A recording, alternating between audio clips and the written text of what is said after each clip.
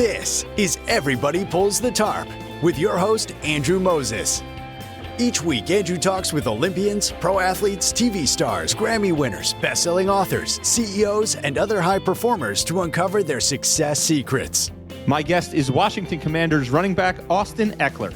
Every day we write a page of our life. The best thing is you have the pen in your hand. Three-time Olympic gold medalist Tessa Virtue. Welcome back to Everybody Pulls the Tarp. Thanks for thinking of me, and I'm a big fan of the podcast and of yours. So anytime you text or call, I'm here. Mike Mills from REM. The key to that was realizing at some point fairly early on that this was probably our life's work. Every conversation is jam-packed with inspiration and actionable ideas. My guest is 2023 WNBA Coach of the Year, Stephanie White. The hardest thing for a coach is try to prioritize how much time you put in one area or another. Former MLB player, coach, and manager Clint Hurdle. That is the best title of any podcast out there in America, and the content matches up to it. Andrew, you do a fantastic job. I'm a big fan. Keep up the great work. World-renowned organizing expert Shira Gill. You can improve your life simply by removing things. Get ready for a behind-the-scenes look at the techniques, processes, and mindsets powering the world's most successful people. Let's go. Hi, friends, and welcome back to Everybody Pulls the Tarp. This week, my guest is Kristina McMorris. Kristina is a New York Times, Wall Street Journal, and USA Today bestselling author. Her book, Sold on a Monday, was a mega hit and a million-copy bestseller. Kristina's latest book, The Girls of Good Fortune, which was released earlier this year, was named a must-read by the Washington Post and USA Today.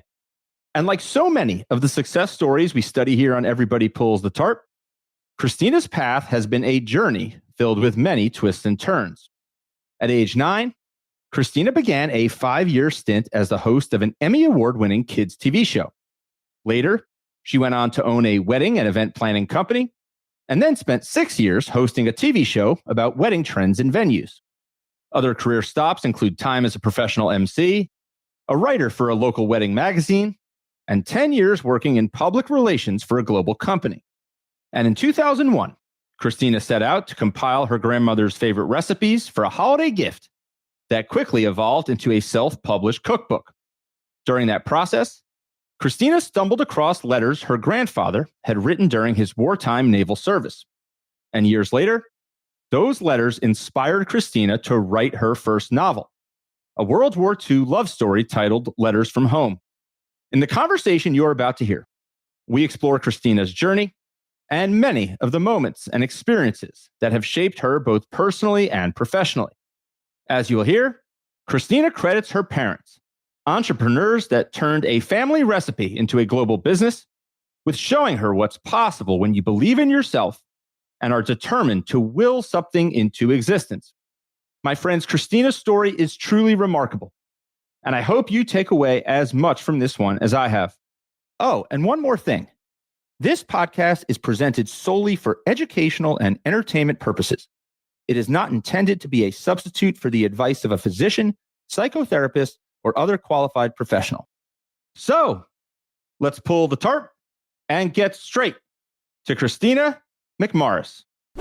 Where I want to begin, at age 9, you began a 5-year stint as the host of an Emmy Award-winning kids TV show. Take me back to 9-year-old Kristina. How did that come about, and what was that experience like? Yeah. So what was funny about that is my mom actually thought that I was too shy, which clearly I've gotten over that problem. And so because of this, she put me in one of those 6-week modeling acting classes, like 2 hours on a Saturday. And after 12 hours total, you're supposed to be ready for Hollywood. The whole thing about it, of course, was not to do anything in that realm. It was really just to kind of help boost my confidence and kind of walk on the runway. And, she thought that would be good for me to kind of break out of a shell. At the very end, after the last, the 6th lesson, we were given news of a audition that was taking place at ABC's affiliate in downtown Portland, that they had a new kids TV show called Popcorn. It was going to be weekly, and it was like a kids Entertainment Tonight, sort of being, but educational as well, and interview fun people and bands that came through and astronauts and all kinds of stuff. And so my mom said, well, this will be a good experience for you just to see what an audition is like. That's why I went down there and was surrounded by all these kids that were running around with their scripts. And I had no idea what I was doing. Paired up with a little boy. I was 9, then he was about the same. And he asked, what number audition is this for you? I must have looked really green. And I said, this is my first. He did not like that answer. So long story short, I ended up being cued to run into the studio with him, jump on our chairs and say my lines, which was, hi, I'm so late. I'm sorry, we're late. Welcome to Popcorn. I'm Kristina. And they did not warn us that the chairs were on rollers. So the chair went one way, I went the other way. I crawled back onto my chair and delivered my lines through my laughter. And that ultimately is how I got the job. So you get the job. What do you remember most about the experience having the job? What skills were kind of critical to your success? What types of skills did you develop that maybe you still draw upon in the work that you went on to do after your acting career? Oh my gosh, there's so much that I ended up gaining experience from that. I mean, aside from public speaking, which obviously I do a lot now in interviews, but go around the country and giving presentations on history and these amazing things that come across and that I have to incorporate into my books because I think, how did we not all know about this before? But aside from that, just being able to work on deadlines, having that kind of pressure, working in a very adult environment. So as a kid, growing up really fast in that way, but in a good way, not kind of in an LA Hollywood sort of way. And so that was all great. And I think that, I ended up writing some before I finished the show too. So I got some writing skills there. And then ultimately with by far my bestseller, Sold on a Monday. And that one I ended up writing from the point of view of a reporter, because I'd grown up in that newsroom and every Wednesday night going there and hanging out with all the news people while I waited for the show to be edited and doing my homework in there and playing with the special pen that made the clouds move around from the weatherman. That was all something that I was very familiar with. And because of that, that's why I did write the unique point of view that I did and Sold on a Monday. And so that worked out really well. It sure did. It sure did. What specifically is it about journalists and reporters that maybe you found particularly fascinating that compelled you to write that novel from that point of view? Yeah, well, I think at one point, because I had grown up there, I hosted that show for 5 years, from 9 until 14. And then later during college, went back and decided to do an internship in the newsroom for a summer. It became very clear to me that is not something that I wanted to do for a living, even though I love so many of the people there. But I remember it being difficult, that constant stress of a daily deadline of getting that story and going after the get, basically. The other thing, though, that I remember being a struggle was that the moral lines of wanting to share stories of thieves, these college burglars, they call them, they think the gentlemen burglars. They were so polite, making sure that the elderly people were okay when they tied them up gently and stole from them. And I happened to know this one couple that was stolen from. They had owned a house that my parents bought just a couple of years earlier. So they were so sweet. And so I said, oh my gosh, I know them.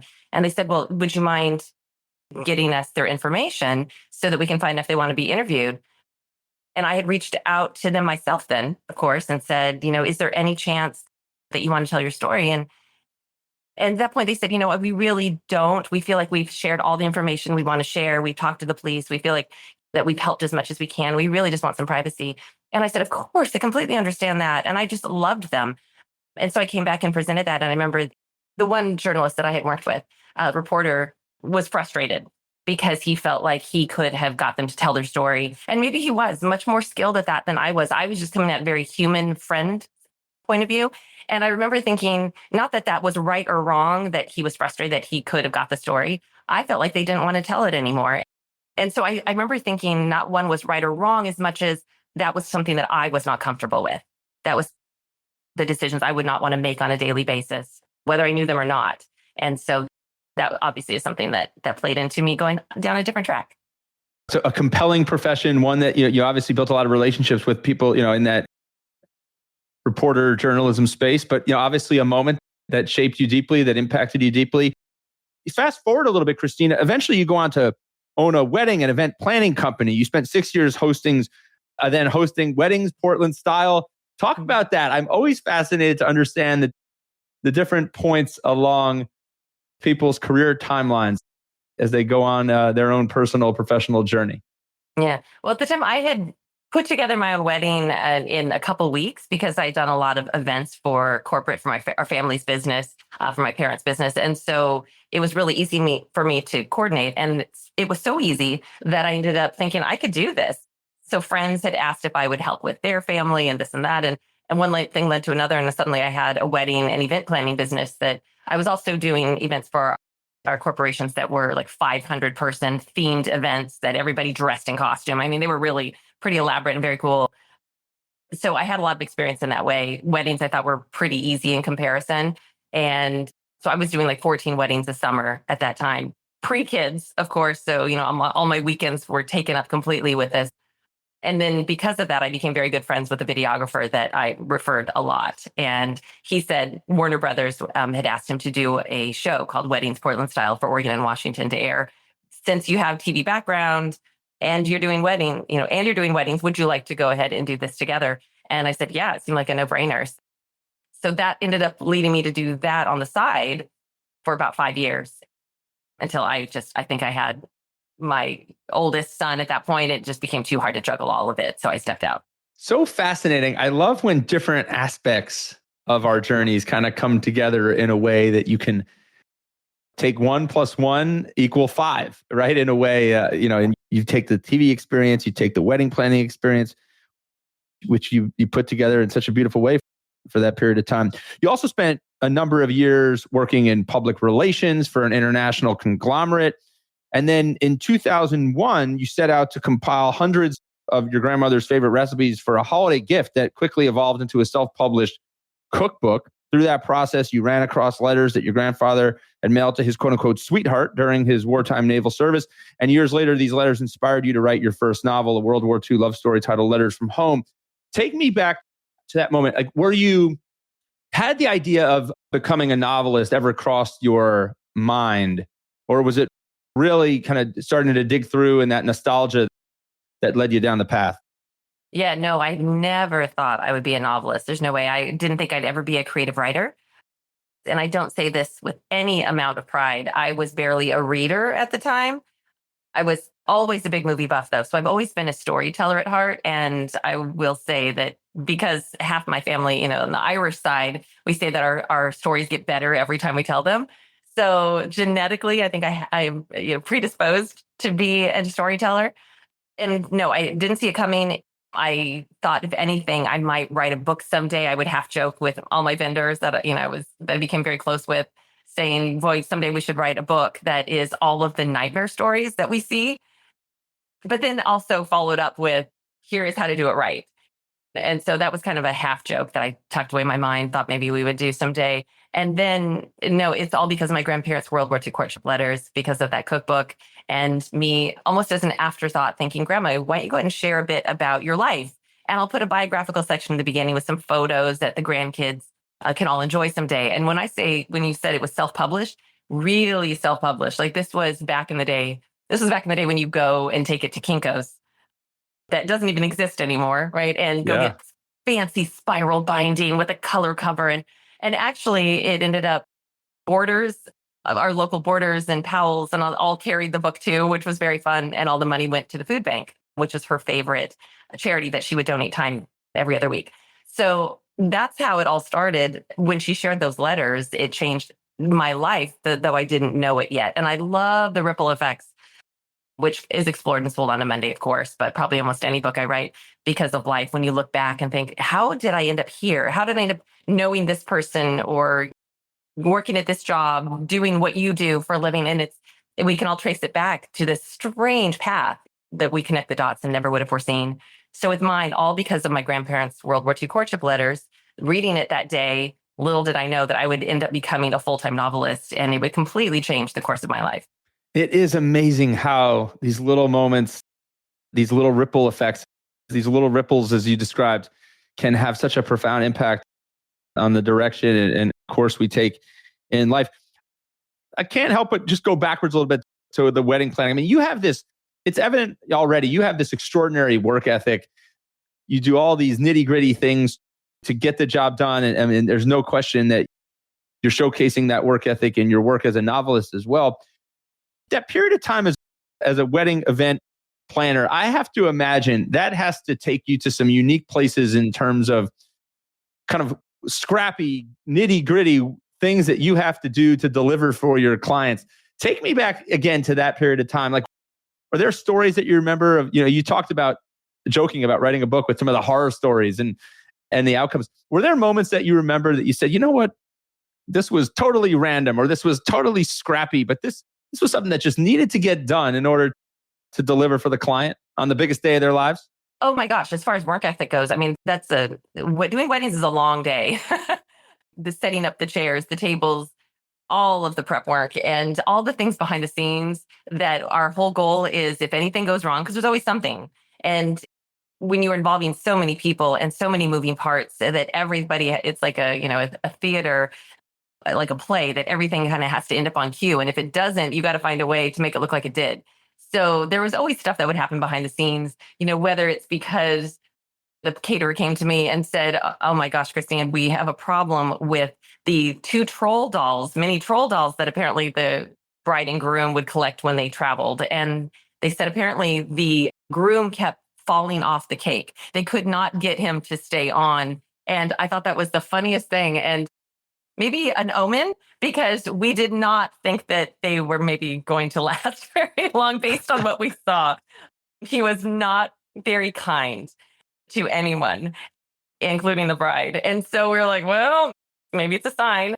So they ended up finally said, oh, we solved it. Well, okay, we figured, as I was on the way there, they said, we ended up, I said, well, how did you solve it on the cake? And they said, well, we just pushed him down halfway into the cake and he stayed. So it reminded me of Shrek, so it was kind of like pushing Lord Fourclaw down into the cake, but it was funny. So all kinds of things like that happened, but it really was, work ethic wise, it was, everything has to be, you're just running nonstop and moving things. And it's kind of like the movie, The Wedding Planner, with J-Lo, where it was kind of the headset and spray bottles and like fanny pack with all the stuff. I mean, you're solving problems constantly. And then finally at 11 o'clock at night, you can sit and relax when it's time to clean up, because there's alcohol involved very often too. So that brings another dynamic with 200 people who are maybe that knew each other from fraternities and sororities and way back in the day, and they were reliving the old days. So there was always something that we were facing. Yeah. I just think about, again, all these different points on your career timeline.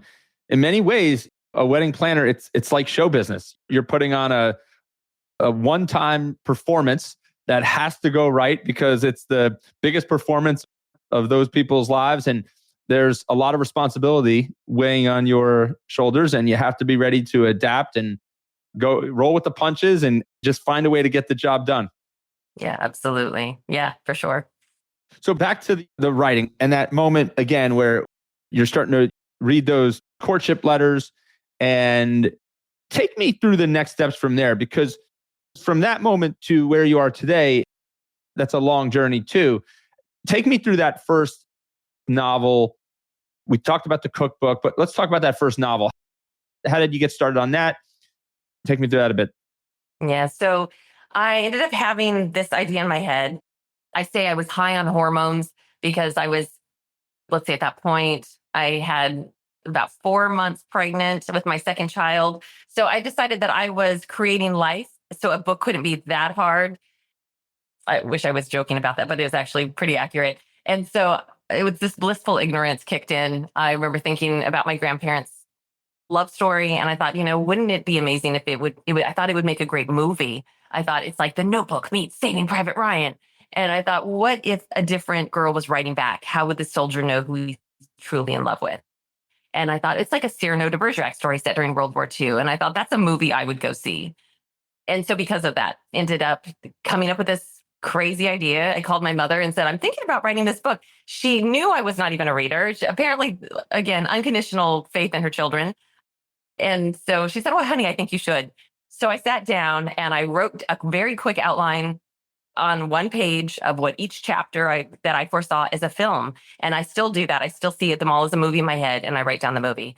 And so that was the idea. I called a good friend. I ran it past her, and she said, "Oh my gosh, you absolutely have to write this." So thankfully, with enough encouragement, I didn't think it was absolutely ridiculous. And so I sat down and I started writing it. I wrote it in 4 months, which is not that hard and impressive when you think every sentence you write is amazing.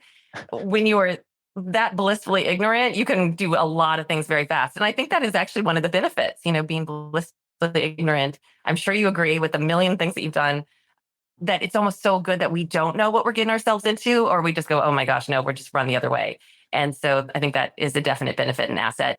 In this case, yeah, I didn't know what I was getting myself into, wrote it. And then at that point was told when I finished it, said, oh, you're supposed to get an agent now. And so we're supposed to get an agent now. I didn't know even how to do that. We had to go to the bookstore and buy a thick phone book, like basically, what do you call it? Kind of an index. Directory. Thank you. That's what I'm looking for. A directory of looking through all of the agents by alphabetical order throughout the whole country and what they were looking for, and sending them snail mail letters. So that is how it all started. And by the time that I had started racking up rejections, because World War II, they said will never sell unless it was espionage, military, spies, and and memoir. They said basically in fiction, it just doesn't exist. And so good, love the characters, love the story, but no. And so at that point, I thought, well, I already wrote 400 pages. And I wrote it 4 months, by the way, because I had 1 month left before my son was going to be born. So I figured 1 month would give me time to get the nursery ready. So this is why I had a 4-month deadline, including all the research. So it was a little bit crazy. And at that point, I fell in love with what I was doing. And then eventually, did get an agent who loved it and sent it out on a Friday. And on Monday morning, we heard it was going to acquisition. So it was one of those overnight successes in 2 very long years with a whole lot of rejections in between. All right, everyone. We'll get back to the conversation momentarily. But first, I want to tell you about my free weekly email newsletter, Tarp Pullers. Each week, I share an uplifting and inspirational tarp pulling story that is sure to brighten your day. And I also highlight some of the most powerful ideas I've learned on my journey talking to 200 and counting of the world's top performers. The newsletter is short, concise, and a reader recently told me this. She said it makes her day every time it hits her inbox. Go to everybodypullsthetarp.com/newsletter to sign up today. I always say, listeners have heard me say this many, many times, it takes 10 years to become an overnight success. In your case, in this particular work, it took a couple of years to become an overnight success. But in reality, we know that there is no such thing as overnight success, because in many ways, everything that you do is building towards that moment and compounding towards that moment. Again, I want to go back to something that you said earlier.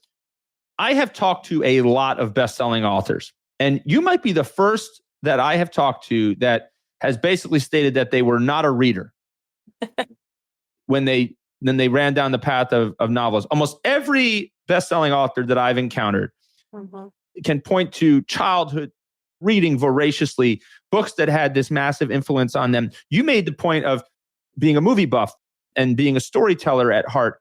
I am curious, first, movies. What movies in particular do you recall having the most profound impact on you over the years? I mean, I can tell you what some of my very favorite movies are. And I think a lot of them have the elements that I like to incorporate into my stories. And I still will pull from ones, like even very specific ones. I remember Escape from Alcatraz being a movie that I loved when HBO was literally a home box office, right? When it was like a box on our TV and you could click it on and the light would go on. I feel like I'm really dating myself right now. And I remember watching Clint Eastwood's movie on there. Was one of the few movies that I remember seeing like several times and being fascinated by it. And then later in life, ended up writing like my fourth novel, wrote about The Edge of Lost, about the kids who grew up on Alcatraz Island as family to prison staff and weren't supposed to mix with the inmates, but some claim they secretly did. And I thought that was just way too good to not write about. And then it's got escapes involved in all of that, of course. So that all combined in there. I want to say some of my very favorite movies. I would say Gladiator is one of my all-time favorite movies. And I look back and think, okay, I've written about World War II quite a bit, but there's all the elements of, you've got characters, developed characters and their arcs. There's kind of love stories, but it's not a romance. There's tragedy, there's suspense and thriller elements and action and family and all of that too. So that's probably a good example of one that I look back and go, oh yeah, that's one that is very similar to the things that I love watching the most. Other favorites would be like The Godfather 1 and 2 in my house. Like, I showed that to the boys a couple of years ago, and they agree with me that we're like Godfather 1 and 2 is, you see it as one film. And then we just kind of don't watch the rest. Shawshank Redemption is another one that is an absolute favorite of mine.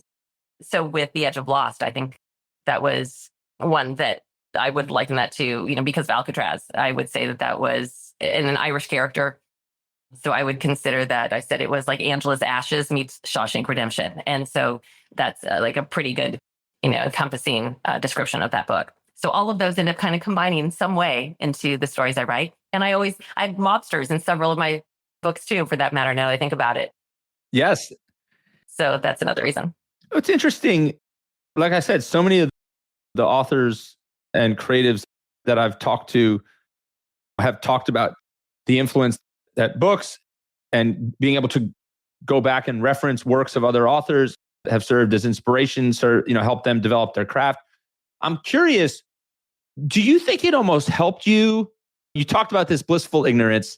You talked about writing this, in that first novel in about 4 months. Do you feel as though if you had been this voracious reader, like so many authors are, that you might have kind of overthought it a little bit out of the gate? I mean, you truly had a blank canvas. You visualized it as if it was a movie and you just got to work. Talk about that for a moment. Yeah, absolutely. I don't know if I ever would have done it. Maybe I would have been way too intimidated and thought, oh, I enjoy it, but it's not something, it feels overwhelming, that I would need to be an English major, have an MFA or something in order to do something at that level. But again, it was kind of, that blissful ignorance of just, I didn't know what I didn't know and didn't know what I was incapable of yet, and learned a lot. And it's not like I wrote that one draft and ta-da, it became a debut novel. Like, no, that is not how it happened. I call it my first and my 12th book because I tweaked and edited and revised that draft so many times to get it to a point that thankfully that it didn't sell before that, because I could always go back and try to make it better at this point too, but I'll leave it alone. And so, I think that there's a benefit of that too, that I came at it a different way. And I hear very often that my stories, the readers feel like they're very cinematic, and they say, this should be a movie. Each one I get told, this should be a show, this should be a movie. And I think, well, I hope that's how you feel about it, because that is the only way that I know how to write it. Those to me are the best novels for me. And I love to read. When I read a book, I start visualizing what actor and actress would play the character. Sure. And that really helps. And then it's interesting when it ultimately sometimes does become a movie. Sometimes it's a little surprising because it's not exactly how I would have envisioned it.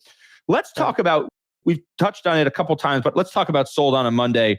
2018, this book is a massive hit, over 1 million copies sold. A New York Times, Wall Street Journal, USA Today bestseller, featured on the Today Show. When you were writing that book, did it feel different than other work that you had done in the past? Did you have a sense that this one might break through in a way that maybe the others hadn't? No, I had no idea. At that point, my agent had left the industry, and she and I are still good friends. So I'd gotten a new agent. And interesting enough, when I reached out to other agents, at least it was much nicer not to get all the rejections from the first time around. And because at that point, I did have several books out that had done, relatively well. And so I got several offers. I had only written the first 10 pages of that book and a kind of a detailed synopsis. I sent that out to about 6 agents. I think that I got an offer from, almost every one of them. And so that was very exciting. And only one of them, it said, I would want you to have 2 points of view in the story, a female point of view as well as the male. I had a male point of view telling the whole story, is what I thought. And so that I love writing male points of view. It's my favorite thing to write. And so I think they're way easier than writing women. And so with all the feelings, no, I joke. So I had talked to her. She was the only one that said, I would want you to write a female point of view too. And if that is not what you want to do, I completely understand and I'll step aside. All the other agents were fine with the way it was. And again, I'd only written 10 pages, so it wasn't a big deal at that point. And so she was the only one who challenged me, actually. And she was my number one dream agent, Elizabeth Weed. She was one who I wanted to be with for years. And so I thought, well, before I just get grumpy and be like, never, I'm not going to do that. And one of my good friends with her said, she's a client of hers, and said, before you just toss it out, like, could you picture another point of view? I'm like, well, of course. Yeah, it's obvious. It'd be this woman, blah, blah, blah. And next thing you know, I was very excited about it and thought, well, this makes a lot of sense. I don't think the book would have done as well as it did without that. And so, yes, so we ended up sending it out, and I had a couple offers and went with, actually, at the time, an independent Source Books, who's wonderful, my publisher, who is not one of like the big five. And yet they were competing against each other. And yet they were so passionate and excited about the book in particular and all the plans that they wanted to do for it, that we ended up going that way instead. And so glad we did. But even as I was doing that, I think I had no idea. If anything, I will finish by telling you this. When the book, right before it came out, early copies went out. It was actually the opposite. I had the opposite feeling, in that when they went out, there were on NetGalley, which you're probably familiar with, of where early readers can log on there, and a lot of librarians and bloggers at the time, et cetera, can get an early copy. And that's an e-copy. A couple of them had read it. The first two reviews were lukewarm. The first two came in at like 3 stars and said, meh. Basically, I thought this was going to be told from the kids' point of view. I knew that I took a risk doing that was not exactly what all the publishers wanted. They all wanted Orphan Train. They all wanted, my friend Lisa Wingate, who wrote Before We Were Yours, they wanted a kid's point of view. They thought that was a no-brainer. And I wanted to write something different, something that I hadn't seen yet. And so I stuck with that, but then felt like those first 2 reviews came in basically saying, I thought it was going to be from the kid's point of view. I'm really disappointed. And I thought, oh my gosh, I screwed up. This was a mistake. And I remember calling a friend and saying, I'm going to write the next book as fast as possible so we can all forget this ever happened. Thank goodness it's a 2-book contract. The self-doubt comes constantly. I think that's one thing about authors. No matter how many books we write or how much success there might be, yeah, we always probably think that we're screwing up somewhere and hoping we're making the right choices. The doubt always creeps in. Same for me. No matter what I'm involved in, there's always doubt creeping in. And, everybody who reads your work, we're also fortunate that you power through that doubt, Kristina, because you have created some beautiful work throughout your career. And I'm curious to kind of dig into your creative process a little bit. Like, take me behind the scenes, what it looks like when you're creating work these days, when you're writing. Are you a big outliner now? Are you kind of just write each day and see where it takes you? Talk about your creative process. Yeah. So, well, it'll be interesting on the next book because it'll be the first time that I am officially an empty nester. So this past year, it's just been about promotion and edits and all of that, being an empty nester and touring quite a bit. So this next book that I go into, it's going to be interesting to see what my daily schedule is like. It gets harder and harder when you're not dictated by daily deadlines. I think in that my deadlines before were the kids went to school. And so I would have the deadline of they leave. I have a limited amount of time before they get back. And so get emails quickly, but then past that, I've got to buckle down until they're home and then only have until dinner time. I have to shut down. So, and then spend time, do dinner, spend time with family. And then as they got older, it became where I could, write more at night. 2020 became very strange in that, for everybody, of course, but my kids were then home. They were both in high school. So very self-sufficient. But there was a lot of distraction. One of them was trying to get a portfolio ready for college, and everybody was in the house. So I would keep trying to get started earlier in the day every day to write, and rarely started before 4:00 at night. And so that meant, though, I'm a night owl, thank goodness, but wasn't that much until that book, and ended up writing from about 4 p.m. until like 3 or 4 in the morning. And I did that for 2 years, I think, basically 2 years. I took off like 7 days in 2 years. It was a really hard book to write. It's, I think, The Ways We Hide, I think it's my best book as far as craft and story and exposing a lot of things that, and exploring that I had never seen before. And so, yeah, that was a weird time writing from 4 p.m. to 3 a.m. and going to bed when the sun is coming out. So I got really good at wearing earplugs and an eye mask, and I would knock out for 6 hours and then get up and start the day again. So that is not something I recommend, but so I think each book is a little bit different. And I will say that I realized at one point that I was writing a book in different rooms every book. because by the time I finish a book and I'm so sick of being in that room and tired of being in that chair, that couch, whatever, that by the next book, I cannot be in there anymore. And I just need to go write somewhere else instead so I don't feel trapped.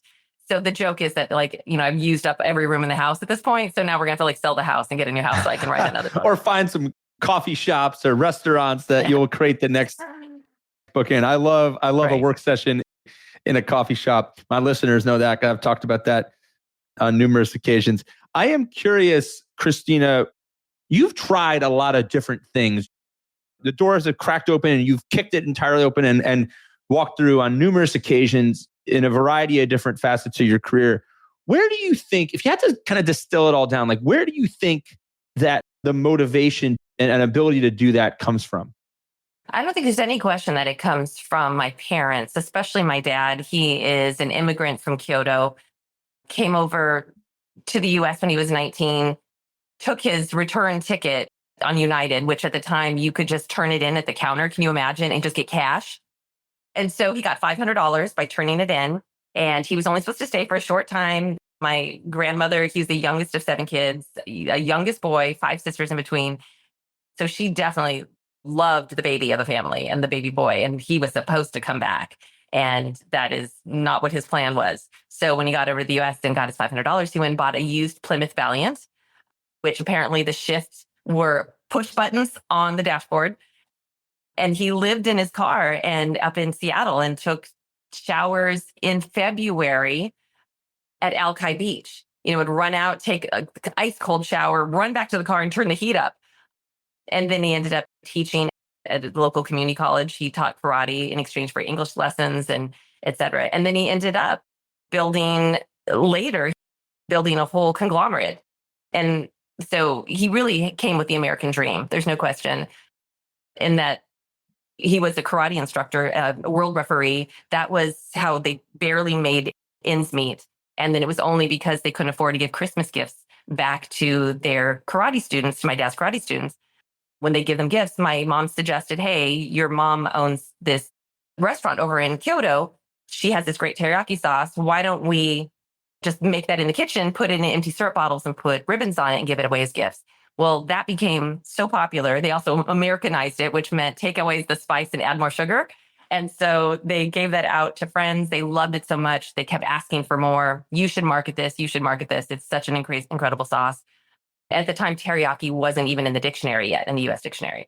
So that's what they did. And you can imagine how many obstacles that they went through in every way in order to have it thrive. And now, it's everywhere. It's in every Costco. It's, et cetera. So that's how we built 25 companies. What an incredible story, Kristina. That is just such a beautiful story. I think there are so many people who can, I think, hear that story and hear part of their own story in that. I just hear, obviously, the courage to step out and try something different, being scrappy and nimble and just finding a way. I guess that's the phrase that comes to mind. I mean, they truly modeled taking risk and finding a way. There was always an answer to be had to the question if they were willing to look hard enough. What a beautiful story. Thank you. Yeah, no, for sure. And so Yoshida, by the way, is the name of it. You like Yoshida sauces and stuff.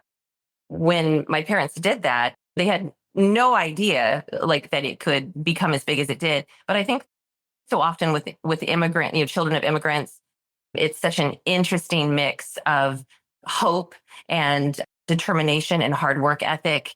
And that, you're not just handed things, that you're going to work for it. But there's also, I think maybe we have a bit of, again, I'll bring back to that blissful ignorance in that what was handed down to me, what I saw modeled it wasn't a matter of whether or not we were going to succeed or not. And again, that might just be blissfully ignorant, but just feeling like it was a matter of time. Like I really felt that with writing my debut novel, not realizing how bad that draft was, of course, at the time, which was good.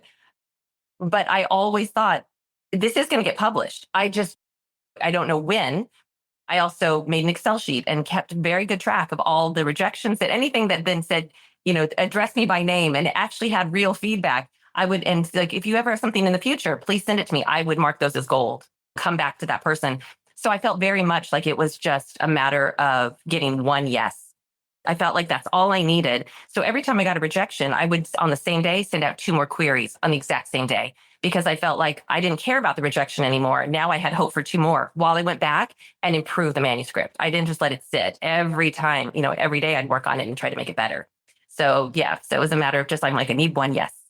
I'm pondering it here too. I don't know if it's blissful ignorance or it's just this extraordinary self-belief, or it's this, again, this idea that every problem has a solution if you're willing to work hard and look for it. I mean, I go back to that example you just told there about they had wanted to give the holiday gifts and they couldn't afford them. So they found a way. And then what that turned into was something pretty remarkable that is ubiquitous in society today. And again, I always also go back to moments like that. And you look back and you say, well, that would seem easy. Like a sauce, a teriyaki sauce. Well, that would seem obvious in today's context. Not when they were doing it. And they pushed forward anyway. Yeah, absolutely. And think back then too, this is back like in the 80s. So at the time when, if you had a teriyaki sauce, which, very few people even knew what to do with that. So that's why he really pushed for demos. My parents really were all about having demonstrations. And if you smelled it and tasted it, people would want to buy it and it would fill the air. So they were really determined that way. But the big challenge they had, of course, was number one, get into a store at all, especially chains, today is almost impossible unless you're one of like the big conglomerates for that and have all the money to pay for those slots and the end caps. And it's so hard that he even said, if you tried to do it today, he doesn't think it would have succeeded. Timing was good, but there were still a lot of challenges of even where the stores insisted that that the sauce went into at the time it was called the Oriental section, going into the Asian food section, which was very small back then. Today you go to a store and it's like almost the whole row is taken up by that. But at the time it was a very small slot. And they said, well, that's where it has to go. And at one point, it takes risks too, right? In anything that we do to succeed. And he took a gamble. And I think it was one of the major chains of grocery stores. And he said, no, if you put it in there, it will never succeed the way that it can. And he said, it will be a very small audience. And he said, so if you won't put it in the main barbecue section, then I will not let you buy it. And can you imagine? So people were shocked. They said, I cannot believe you're saying no to this. This is insane. People don't say no to that. But because of it, they liked it so much. The buyer loved it so much that they said, okay. And that is the reason why I ended up buying Heinz and everything else. And later, Heinz ended up buying the North American rights. It's one of those things where it's like the gambles and the risks that come into, but the self-belief, to your point. Kristina, extraordinary self-belief. What an inspirational story and an inspirational example that was handed down to you in terms of the lessons and ideas that were instilled and are now a part of you that you're instilling in your children, and you're inspiring so many with the work that you do and the work that you've done your entire career, constantly stepping into new things, pushing boundaries, finding ways to create something in many ways just from the start, right? Build something. Very, very neat. I'm curious, as we get ready to wrap up our conversation, what would you say today, like a piece of advice that you would give that 9-year-old that was maybe a little shy before you took those modeling and acting classes? What's a piece of advice that you would give 9-year-old Kristina? Oh, well, at the time, I think I remember at that age being a little confused as to exactly where I fit in, having a foot in both cultures, really being envious of the blonde hair, blue eyed girl, all American, wanting to look like that and not appreciating my differences until much later in life. And to the point now that I absolutely love the fact that both of my boys, both in college now, and we used to laugh about the fact that they would say they were not a quarter Japanese as much as they were a quarter ninja. And I thought, okay, they figured out a way to make it way cooler than I did. And they are so proud of being Japanese that was something that I think it took me a little bit longer. Like I loved at home those things, but didn't love being different. And so going back to that time, it would probably be that, kind of hang in there. Like someday you are absolutely going to appreciate your differences and embrace them. And it makes you who you are. And I love that. I love the fact that I'm kind of a mix of both and that I pass those along to our kids. And And so that's something that I'm proud of now that I don't know that I didn't foresee. Kristina, I have enjoyed this conversation so much. I have learned a ton about your career, and based upon the stories that you've told and your family that just set an extraordinary example for you, it is no surprise that you have the work ethic and the dedication to your craft, and to everyone that reads your work today. There is no question in my mind that you are a certified tarp puller, living the everybody pulls a tarp mindset that I talk about every single week on this podcast. You do the work, you do the nitty gritty, you're willing to do whatever it takes. You've got that self-belief to step into every opportunity that comes your way and give it a go, just like your parents did when they were building the wonderful business that they built out of the, in many ways, chasing the American dream. Kristina, I have had so much fun. I've learned a ton. Thank you for spending some time with me this week. Thanks for having me. It was so fun to chat with you. Thank you, Kristina. We'll talk again soon. Thank you for joining me this week. Be sure to subscribe in your favorite podcast app so you can catch all of our upcoming episodes. And if you are like me and want a world full of tarp pullers, then leave a review to help others find us. You can also follow me on Instagram at AndrewMoses123 and sign up for my email newsletter at everybodypullsthetarp.com/newsletter. I'll share tips and insights to help you achieve maximum success and happiness. Until next time, keep pulling the tarp.